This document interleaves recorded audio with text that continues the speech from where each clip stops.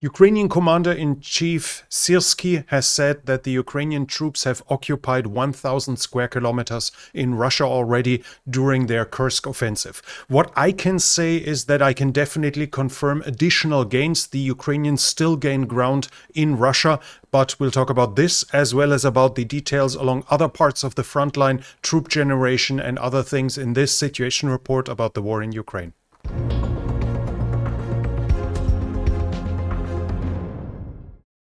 The Russians have started airstrikes against Kiev, among them against Kiev. They have used KN-23 North Korean ballistic missiles for this, but also bigger amounts of Shahid drones. This is not what the US expect though, because according to, for instance, the Telegraph in Great Britain, the US are afraid that Russia might do some revenge attack for the invasion into Kursk. At that point, we have to say though that Russia is going to use all its missiles and cruise missiles apart from its strategic reserve against Ukraine regardless. So whether they are going to be sent now or in 4 weeks doesn't really make a difference. The only thing we should expect in such a revenge attack, and personally I think it's likely that it's going to come, the only thing we should expect is that Russia will dig somewhat in its strategic reserve to send a bigger attack, to have more effect on it, to have more of an outcry and more of a symbol in it. But as long as they don't break taboos that so far they have not done, like for instance, flattening the presidential palace, attacking nuclear power plants, or maybe identifying bunkers full of civilians and deliberately destroying them to kill as many civilians as possible, all we have to expect is probably something in highly effective, but mostly for the audience, meant for the audience, as the missiles would have come to Ukraine regardless, only over a longer period of time. Ukraine itself struck back and, among others, hit the Khalovsky Air Force Base in Moscow with drones. On videos that were taken by locals, explosions were audible, but so far it's unclear whether that was hits, that those explosions came from hits on the ground or whether it was the air defense shooting them down. I do not have any confirmation about damage on the ground. If we talk about, before we start about the Kursk offensive, I'm going to again show you the different maps. So the deep state map does not currently update the map in the Sucha area in Kursk for their own internal policies. We'll continue using the map mostly for the other parts of the front line. So we'll switch here over to the live UA map. There you see how they see the current front line. We have Petrenko at this point. Let me quickly see if he made an update by now, but I do not think so. So this is, yes, this is still the map that the pro-Ukrainian mill blogger Petrenko does. Here we have from a German journalist, Julian Röpke. This is the map he paints. Here we have one from Tendar, a Twitter blogger here that shows this map, and this is the Russian maps. Now this is interesting because here we have two maps from today, 1 p.m. I think that should be Russia time, and 7 p.m. Russia time, and we see that at 1 p.m. the advance was significantly further in the north here. According to themselves, they just adjusted the front line for better data. And if I take my usual policy, I should basically accept the maximum extent from this and then the maximum extent from this and ignore the differences. But this would be kind of cherry picking in this context. What we do see here, though, is that the Russians admit that the Ukrainians gained additional ground here, and they also pushed further deeper in deeper regions. They, for instance, they bypassed Korenevo here and are at Tolpino at this point. They have advanced to this point regardless of where exactly the front line is, and right now it's going to be difficult to draw an actual line, and I'm going to explain to you why. We see that the Ukrainians are still advancing at this very point. Ukraine is now controlling the center of Sucha This much is now confirmed. The town itself seems to be completely fallen, but there are some claims that in the southern area there might still be Ukrainian, Russian-held positions. But we do know that Sucha, the center of it, is in Ukrainian hands, as well as Martinovka. Here as well, we have the Ukrainians in Martinovka in the northern part already operating here. So the Sucha should be completely under Ukrainian control by now.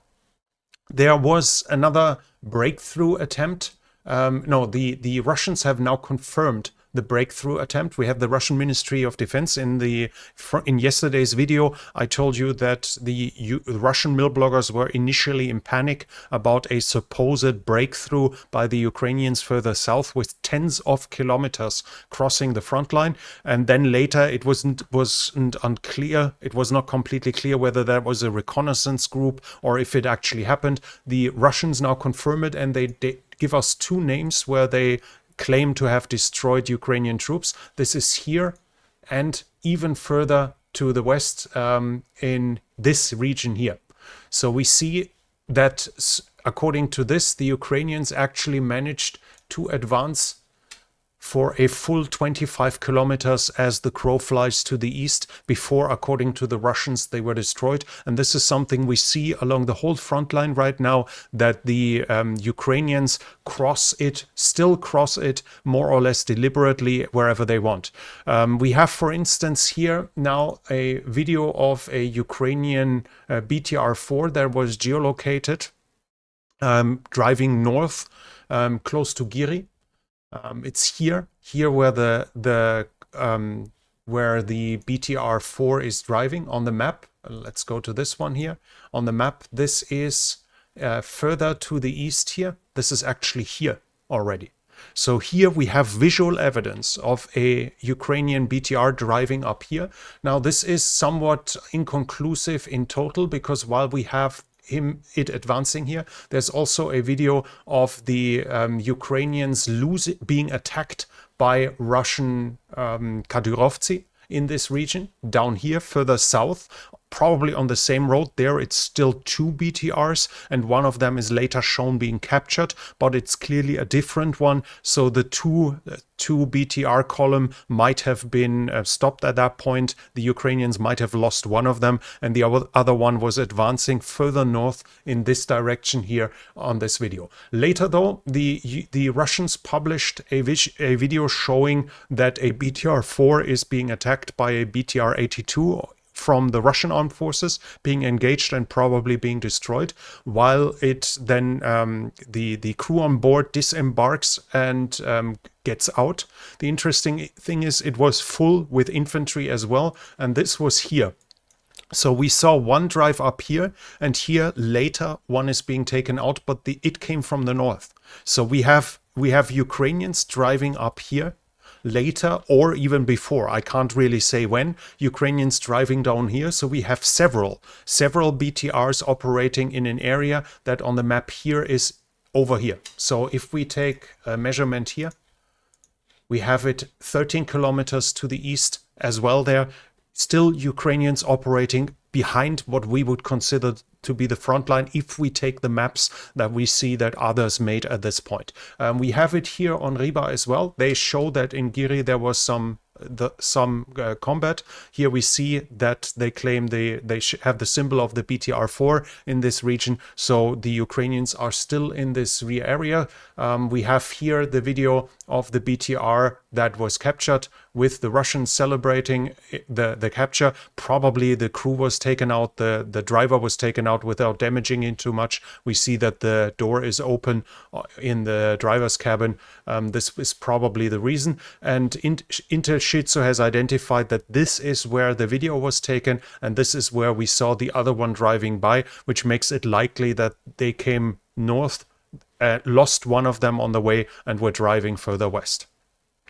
We have additional Ukrainian attacks being reported from the town of Kolotivka, and this is interesting because it's down here, whereas Sucha is up here. So we are talking about a battle tens of kilometers further south. If that report is right, then it says that the Ukrainians with tanks are trying for hours to break through. Still unclear whether that's supposed to be a second front, whether that's a local diversion attack to keep the Russians on edge. At this point, I cannot properly say what's going on, but we do see that the whole front line is active at this very moment. The Ukrainians attack at various parts of the front line, and this is also here now Russians saying that the Ukrainians try to break through and get into into Russia in the area of Graivoron. That's even further south. Here Graivoron is here, and the Ukrainians attacked Bezymeno with mechanized forces, so they crossed the border here as well. Again, according to the Russians, those attacks were not successful. I have no claims from the Ukrainian side that they say they were successful, so I guess they probably weren't if we judge the source situation from both sides, but we see that attacks are going on at several parts of the front line. Riba is giving us a good assessment at this. Riba, the big Russian mill blogger in this context, we have them saying here, right now the enemy has tied down Russian units. At the same time, according to some reports, were forced to retreat from these villages. They also say, despite the transfer of additional units of the Russian armed forces, it has not yet been possible to finally stabilize the front line. The enemy is saturating the area with sabotage groups in armored vehicles, which are infiltrating into frontline villages along the entire line of contact. So the Russian mill bloggers themselves say the front line is not stable. The Ukrainians cross through the line of contact whenever they please. And this is what is the current situation. So it would be wrong to simply put pointers on the map and say the Ukrainians have been there, so this is the front line now. From everything we see right now, there is no stable front line in parts of the line of contact. Ukrainians are breaking through, are operating behind the line, but those are not big groups. This is not whole companies taking positions. They are operating in the rear. We'll have to wait for a couple more days, and this might be one of the reasons why Sirski also comes to his conclusion of the control, but we'll talk about this, as said, later at some later point. But what we need to understand is, even though there are contact lines, there are towns that are being fought about, between those is not necessarily a stable front line. So the Ukrainians can cross through the fields and simply pop up somewhere behind them, and they do this as of right now. They are still doing this. Let's switch to the northern front line. Not much happening there, not much reported. So they are still fighting. They're still fighting at Liboke, at Staritsia, and at Vovchansk. I cannot see any change in territory. I have seen claims that the Ukrainians gained additional ground in Vovchansk, claiming that this is already a success from the Kursk offensive, but I have not seen visual evidence. So this was pro-Ukrainian accounts claiming that the Ukrainians are right now pushing the Russians back significantly inside of Vovchansk. I simply do not have proof of it. So it might be true, it might not be true. And as anyone here for a while knows, I rather do not report a change in territory than do report a wrong one. I might be 2 days late in the end, but at least I'm not claiming successes that have not been happened, because successes will come out in the long run anyway. So let's switch to the Eastern Front, and here I cannot see any change in territory over the last 2 days. South of the Seversky Donetsk, we have a geolocation which I just automatically said fresh, but it might be some days older. It's somewhere south here in the south of Bilohorivka, which is here, and this should be at this point here. So the Russians probably advanced a tiny bit to the west here. We can see that, let me see, this hook here is fairly easy to identify, and this is this here, I'm sorry. So the Russians have reached this point at some point lately, so probably the front line is like this right now. Not completely sure, but we've seen, and we will continue to see, some straightening of the front line by the Ukrainians, and that they, for instance, evacuated those troops out here seems likely, and that if the Russians continue following them, then they obviously would appear at that point here. Further south, the Russians have reached the area in the west here at south of Ryhorivka. Here they have been spotted in these here in the tree line.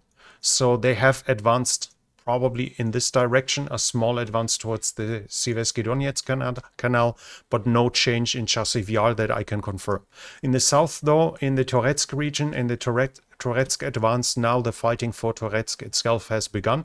The Russians managed to solidify their control in the western part of Pivnichne, and the Russian soldiers have now entered the high rises in the easternmost part of Toretsk. So now the house-to-house fighting for Toretsk has started. West of it, in Avdiivka, the Ukrainians managed to gain additional ground in the direction of Pantelaimonivka.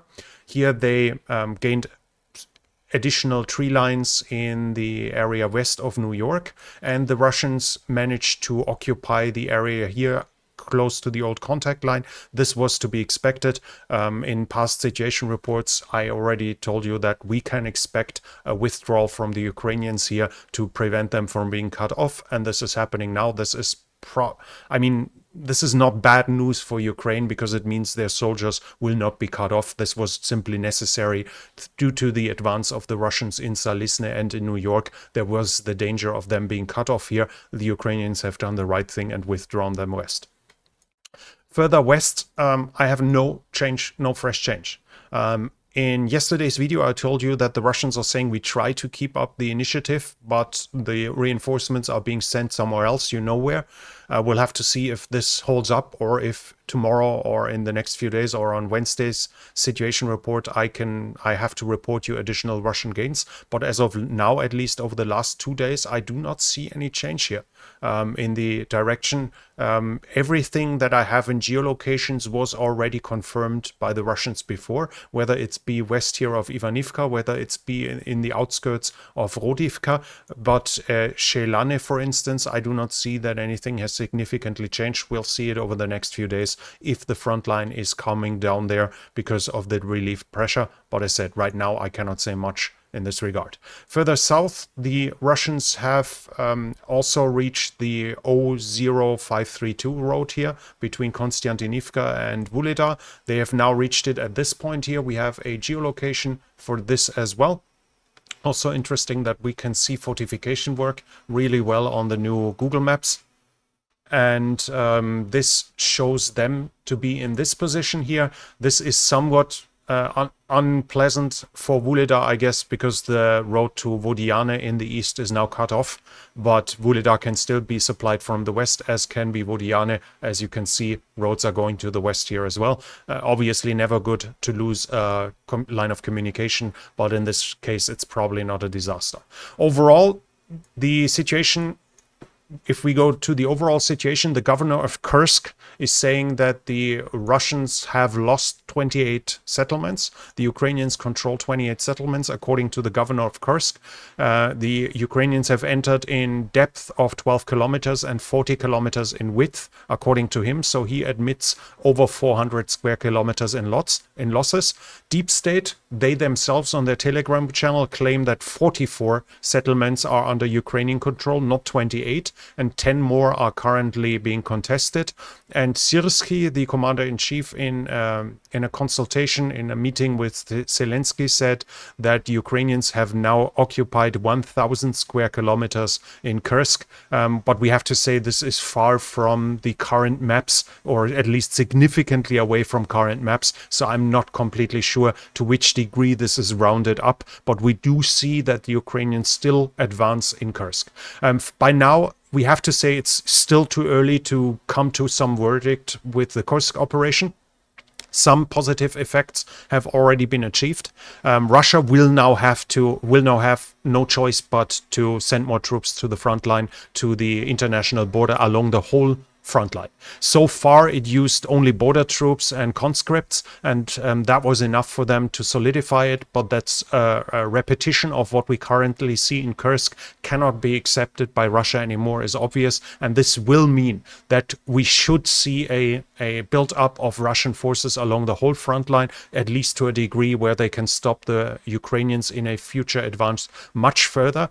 much earlier, and this is an advantage for the Ukrainians because the Ukrainians have to have troops there, maybe not built up like expecting a full invasion, but they have to have certain amount of troops along the whole front line, whereas the Russians have mostly neglected it, believing that the Ukrainians wouldn't dare crossing it in serious anyways.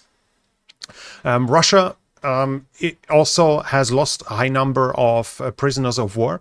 The exact number is unclear. Pro-Ukrainian circles are talking about over 1,000. According to the numbers, that's possible, even though not proven. It might just be 500, but we're talking about a serious amount of prisoners of war that will obviously be used to exchange them for Ukrainian prisoners of war. So good news in this regard. Ukrainian soldiers will become free after sometimes being a year and a half or longer a prisoner of war. This is great news for Ukraine, and it's obviously great news in human terms for the Russians as well, as a big part of those prisoners of war were conscripts who have simply raised their hands and didn't have to die in this context. From a human perspective, that's good news as well.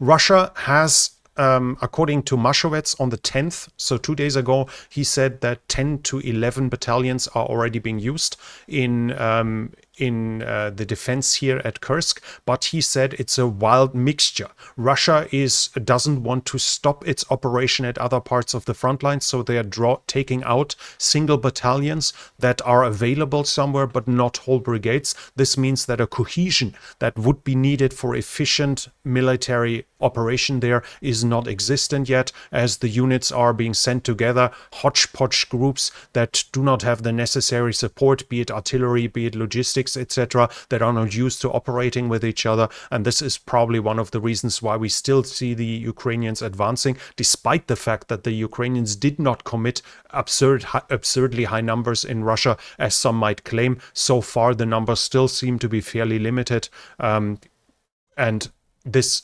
as the Russians do not have a cohesive front line and did not send full brigades that are working together, that occupy full areas of the front line, this allows the Ukrainians to still operate fairly at will around here. We have Tatarigami here, a Ukrainian former officer who is well quoted and cited, and to whom I refer now and then again, and he mentions that both sides right now have the problem that battalions are often just in the strength of an oversized company.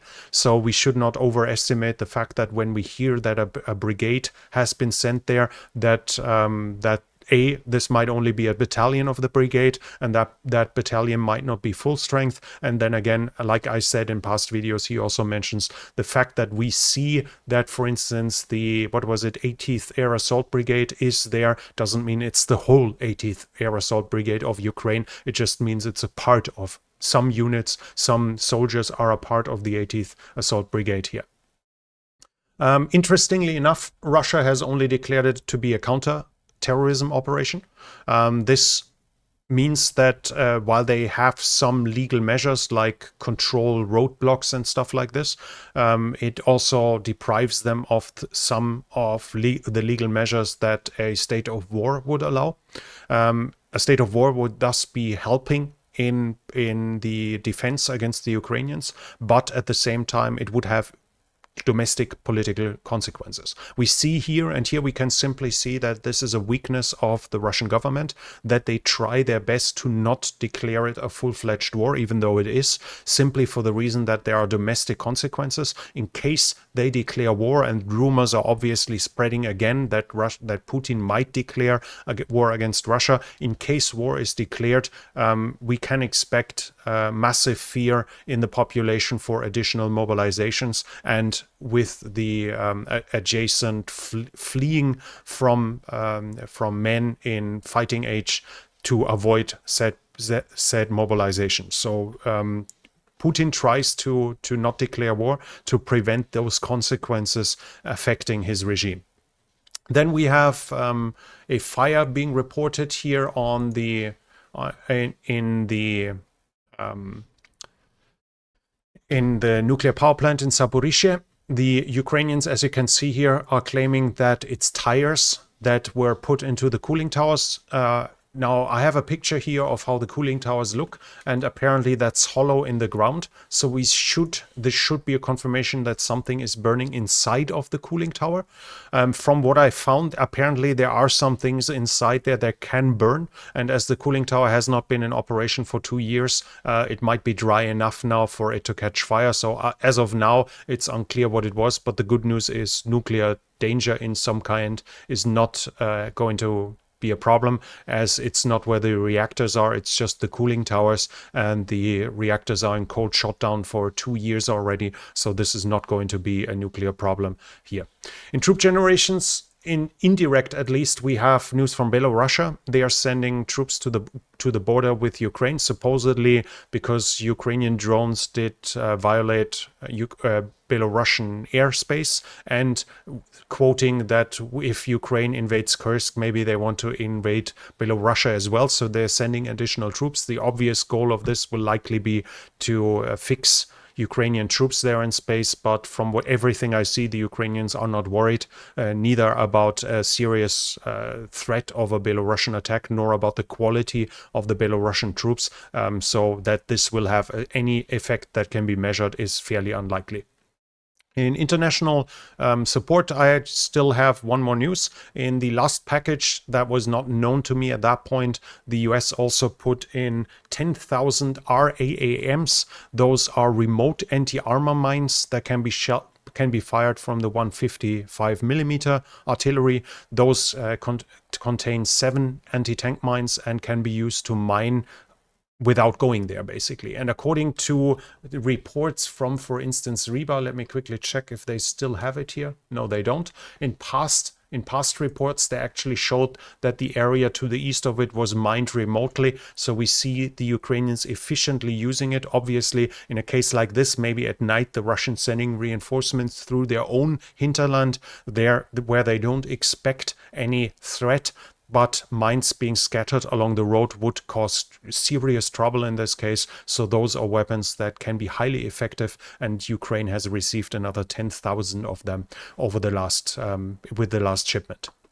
But that's it for today. If you like this video, please give it a thumbs up. It really helps with the algorithm. Leave a comment. What do you think? What's the goals the Ukrainians aim for in this operation? Maybe you have a clue about it, whereas I said, I do not see a full, I'm not able to do a full conclusion about this yet. The operation is too young yet. We don't even know, in my mind, what the Ukrainian goals are here, let alone the strategic impact. While it becomes visible, is not fully visible as of yet. But leave your comments about this. And if you're new here, I would like to invite you to subscribe to the channel and hit the bell icon so you don't miss future videos. This channel is only possible because of the support of viewers like you. So if you like to support this channel, you can do so by the means in the description. Thank you very much to everyone already doing that. But that's it from me for now. Thank you for watching, and I'll be back.